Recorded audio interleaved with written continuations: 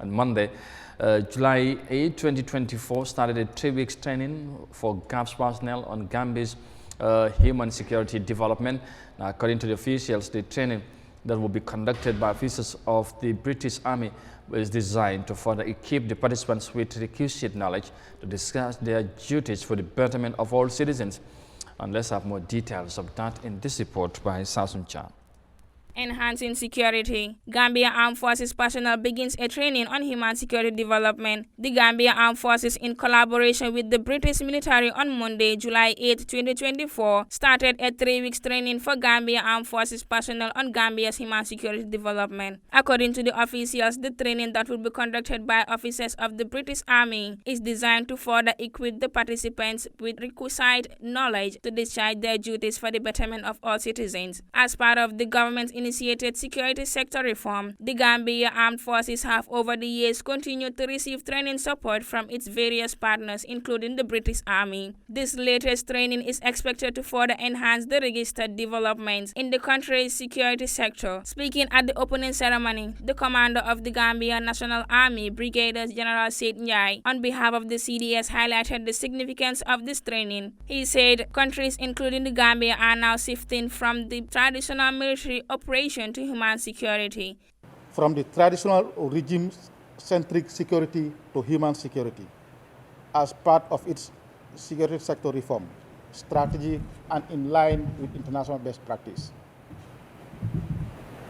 Nations are now shifting from the traditional state-centric or regime security to human security. Human security is more wider in scope, and that is why most of the nations are now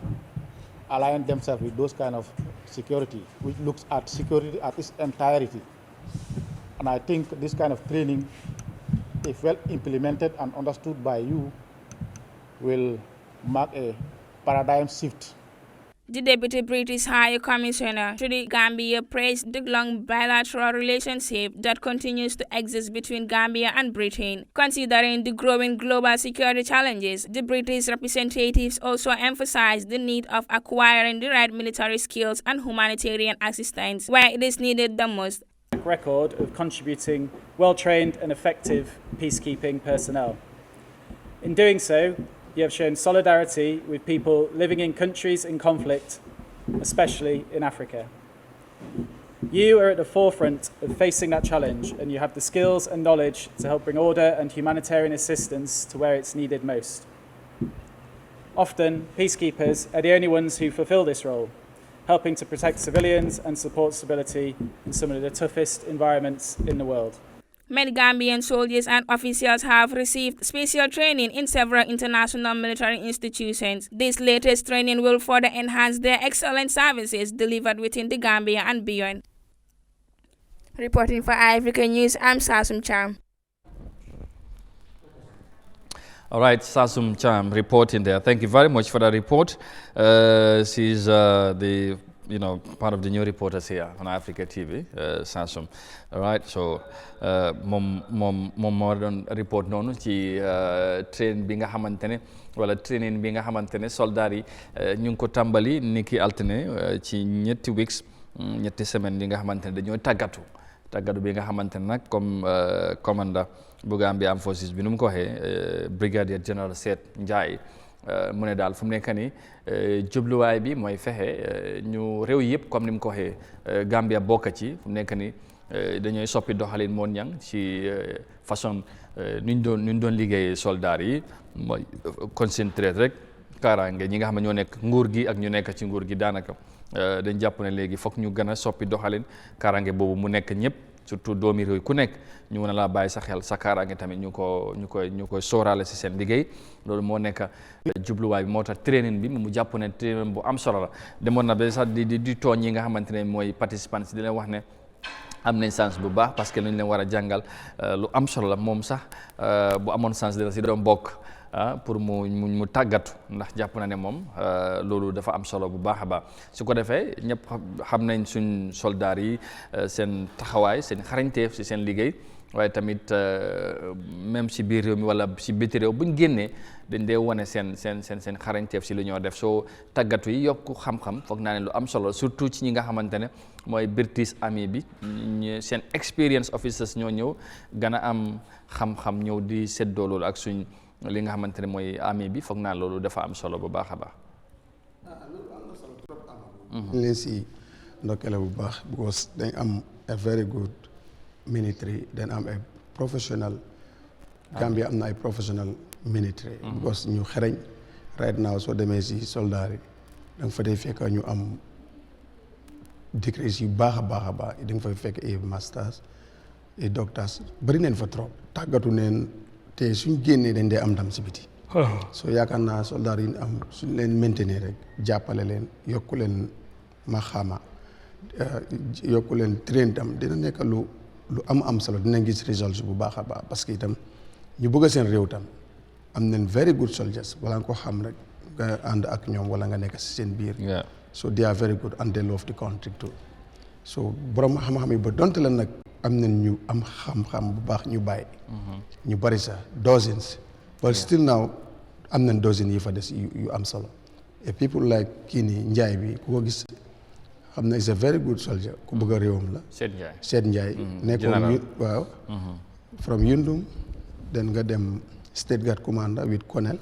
from there nga ñëwaat Army Commander with Brigadier General te te loolu daf ko mbapat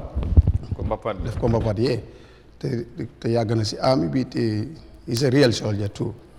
jox naa ko cër trop parce que soldier la bu xam lu muy def soo noonu kum jël place am noonu tam di Major General Gomez kooku itam beneen ku am xam-xam la mu nekk léegi député ba pare nekk ku niti exemple la ku oyof parce que ñun ñoo daan toog because is my neighbor ñoo daan toog seetaan maaj waaye dama doon gis sax sometime yeneen sax man maa dee jog sa bu ko faytal non ñang bàyyil noonu rek ñu toog ñu continuer seetaan maaj xam nga vidéo collab rek mooy loolu time boobu mais lu bëri développé channel yi li fi menut noonu waaye léegi nit amatu dem fen mun ngaa toog sa nekk waaye boobu noonu soo demee vidéo collab te ñun ñoo bokk team yi ñoo support man ak moom ñun fi Matrix moom Matrix la dee support waaw Major General moo fa nekkoon ami commande ay yu nekkuñ di wane seen bopp ci Europe mu nekk nii kay Spain Barcelona lañ yaakaar de pour mu leer waaw soo it's good ñun moom we are the champion loolu moom mënoo si dara soo ñu ngi leen di jaajëf am nañ amee bu baax suñ si yokkee train encourage leen dimbale leen Amadou mun nañ yore suñ Gambie bi béf le Gambie wërngal këpp am nañ ñu ko mën a sikk te itam lu mu wax nii dafa am solo bu baax bañ a just téye rek ñi nga xam ne ni ñoo nekk si kaw waaye boole si ñëpp loolu is very good te soo demee fu ñu nekk si seen kaam yi dañ am relationship bu yu baax ak community yi ñu nekkat doo fa mos a dégg am nañ ak ñoom ifin community yi nekk si kaam yi sax ñoom duñ dee bugg a sax dañ dee dem ba duñ bugg a sax nga transfert ñooñu wala duñ bugg a sax dara laal soldier yooyu noonu te loolu yëpp liggéey bu baax bu amee bi di def si réew mi loolu moo tax ñu def kon ñoom deserve nañ lu bari soo gisee Gambien si seen xoli tànga si mbiri yokku yi ana ñii soo ñii kan moo gën a deserve ñi nekk si good condition kan moo gën a deserve ñii am matériel yu ñu war a am uniforme bi am boots yi am lifin dama dee xamoo cas xaw ma naka am na nuñ ko dee tuddee lii because man benn gars yi ñu ngi ko doon jàmbat dañ ko manqué te loolu each soldat war nga ko mun a am booy lu ñu dee takkanoon pour si seen dene yi am na amoo cas yu am xam nga yëfi yooyu mënuma koo tur bi waaye li ñu dee sol seen dene yi in case dina la safe si bullet ak yooyu noonu soo yooyu noonu yëpp gars yi dañ ko war a am kaam si am sécurité gars yi am bagage yu baax suñ ko amee day kan mun nañ xaar suñu réew mi bu baax a baax te am nañ xam-xam bi te mun leen ko te gars yi bëgg nañ réew mi tam soo su ko defee yokk xam-xam bi ñu ngi leen ci ndokkeele bu baax gërëm si tam su ma nijaay lieutenant général Uncle Mamad Thiam CDS waaw moom si taxaw am na solo waaye di wax ne daal ak nu mu mënta demee ñu gën leen taxaw képp ku nekk si kaw xamal ne lu ne si kaw lu ne am na lu ko téye si suuf mooy pila pilas yooyu mooy ñi nekk si on the ground the genius let respect the genius give them their responsibility and jox leen respect ak lu ñu war a am ku keeyale sa genio bu rësee nga rës because genio mooy sa pilier spécial yi ñu nekk in the ground ñu nekk si camp si ñu jox leen ñun fexe ñu nekk in good condition am lekk bu correct ndox bu correct uniforme yi correct and nga save sa bopp balaa ngaa mën a save keneen am tam matériel su baax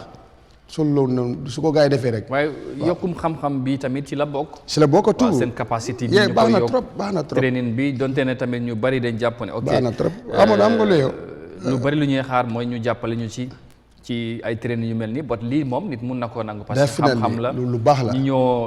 ñoo defal training British Army bi ñoo ñu gën a advance definitely ci level bu nekk guñ ci buñ ñëwee di ñu yokkal foog naa loolu am solo la lu ñu rafetlu la waaw te dañ si jaajëfal government bi parce que ñoom ñoo tax mu luy am absolument nañ leen si jaajëfal bu baax de wax na gën a bari si both security police army ak intelligence yëpp na si am because we need that because jamono buñ nekk right now Amadou soo amul sécurité bu am xam-xam am jumtuwaay boo jàppalewul yow séefuloo you are not safe because the problem is mooy ne adduna bi yëpp nekk benn chain te dafa jaxasoo soo moo tax da nga war a am sécurité foog ñuy spend si sécurité wax naa la dafa costi wat suñ buggee nekk si jàmm réew mu sax si jàmm we have to spend on them so this is why the Gambians while bu gisee few people di wax nañuy yokk leen and leave these people and some of them amuñ lu baax te ñooy fanaan si camp si fanaan si border si di patrol so without nothing lu nga xam ne ni ko baax na si yow so loolu la ñoo appelé si commande si ñu bàyyi xel ñu si camp si bàyyi xel ñu si suuf camp commande si tam di xool camp si nekk si Gambia camp commande si ñu bàyyi xel seen gars yi ñu si suuf di leen bàyyi xel ñoom itam di joxe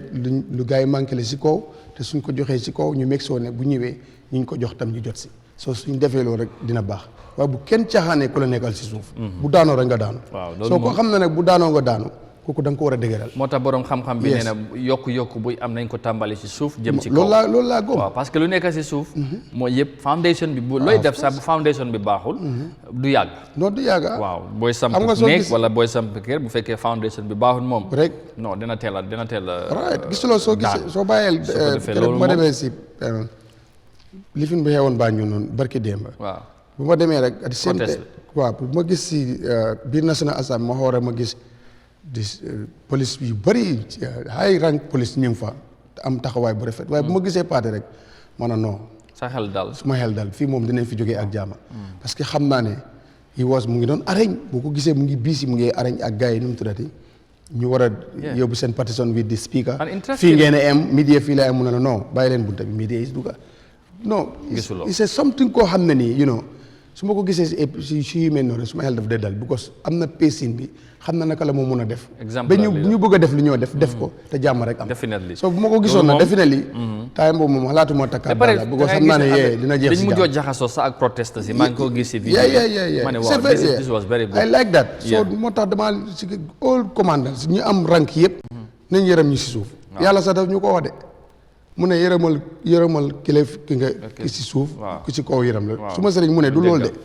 yërëmal ki nga ëpp doole yow ki la ëpp doole yërëm la that's all waaw loolu suñ ko defee rek ñu dund si leen waaye man dama dee respect police station bi SO bi ñibbi na kuñ bàyyi mu nekk juutis dama dee respect kooku dafa war a nekk si jàmm ami commande bi dem na néegam toog ak njabootam am na bodyguard dama respect yooyu because ñooñu suñ fa nekkul moom du correct ak ku taxaw si bunti camp bi so I respect those people especially nawet bi nu mu demee nii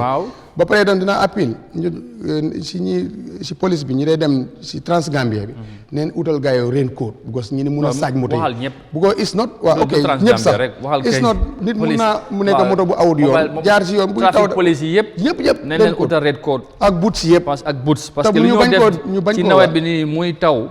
loolu nañ wax ak mobile traffic commissioner bi King Colley waaw danañ ko fi na wax bu bañ a nekk rek nag ñi bëgg a dépend si maye de ñoom ñoo fi wax fi ay millions yéen fi am de laas ñoo ne am nañ fi ay millions te ñoom sant lañ ñu utal ñi xaalis jox nañ ko nguur gi waaw dara sant léegi xaalis bi ñoo am noonu nañ si jënd red code bañ nag Mr Samba jógee fa la au Mr Dem ñëw di leen ko may nañ ko jënd may moom du mun a ñàkk buñ leen mayee non waaw ay non ba neen jënd ñu fi dimbal na si fekk loxol borom duñ dépend ci loolu kese waaw waaye ku am initiative ku leen bëgg a may amul problème wala am yéene bëgg a contribuer parce que gisoon neen fi taf lu ñu am du doy mus neen gis taf yóbbul leen fi li fi rainboat na leen yóbbul parce que ñooñu mun a taxaw si yoon bi ak toj line bu leer buy taw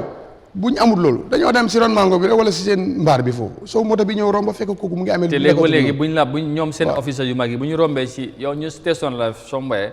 muy taw nga jógee foofu dem ci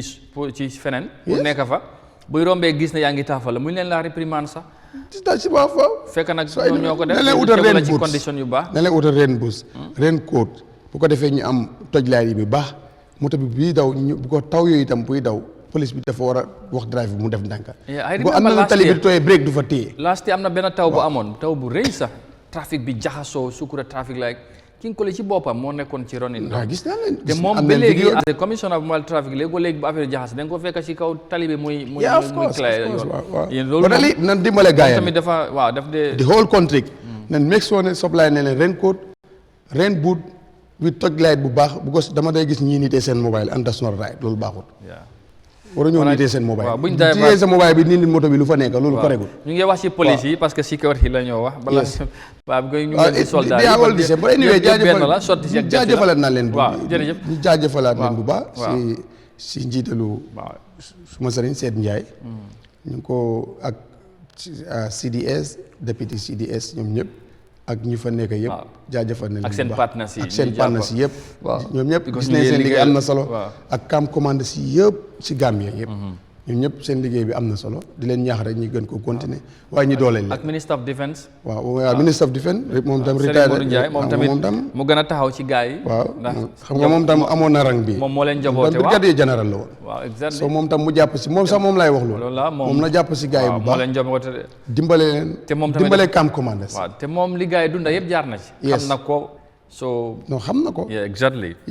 and experience is the best teacher. ko gars yi di waxee. right now ñu nekk si kaw yëpp xam nañ lu war si armée bi. su amut nag. na leen ko laaj lan moo tax li am mun a motale waaye yenn yi moom. is a need. waaw dafa war a bon tamit war ta mun a ñàkk. ci yenn xam naa dinaa profité mu ne si lieutenant colonel Afinjang.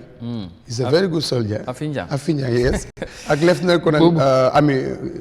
something low. is it loolu la sant daal. lieutenant colonel Lo. dama dee fàttali ñu ngi ñëw nuyu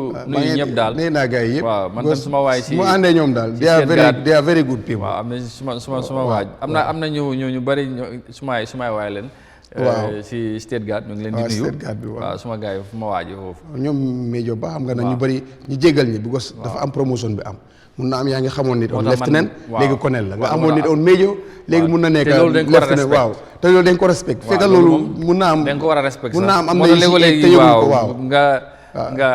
nga wax ba pare jum ci rang si ak yooyu dinaa nuyu itam ku baax salut nañ ñëpp dina nuyu ku baax because dañ nekk si ñoom lieutenant colonel Kourbali moo nekk Farafenni suñu néeboloo dama dee ruus because time boo def ci yooni jàkka bi dafa am ñax ma gis ko moom mu ñëw di ko béy ma ne lii gàcce la de kii kilifa la bu ko neexoon du def lii waaye xam nga ku baax la. kon nag lieutenant colonel Kourbali moo nekk Farafenni soo ñu ngi ko nuyu bu baax a baax. ñu ngi leen di jaajëfal baax ci initiative bi tamit gërëm leen ci li nga xamante ne mooy ci.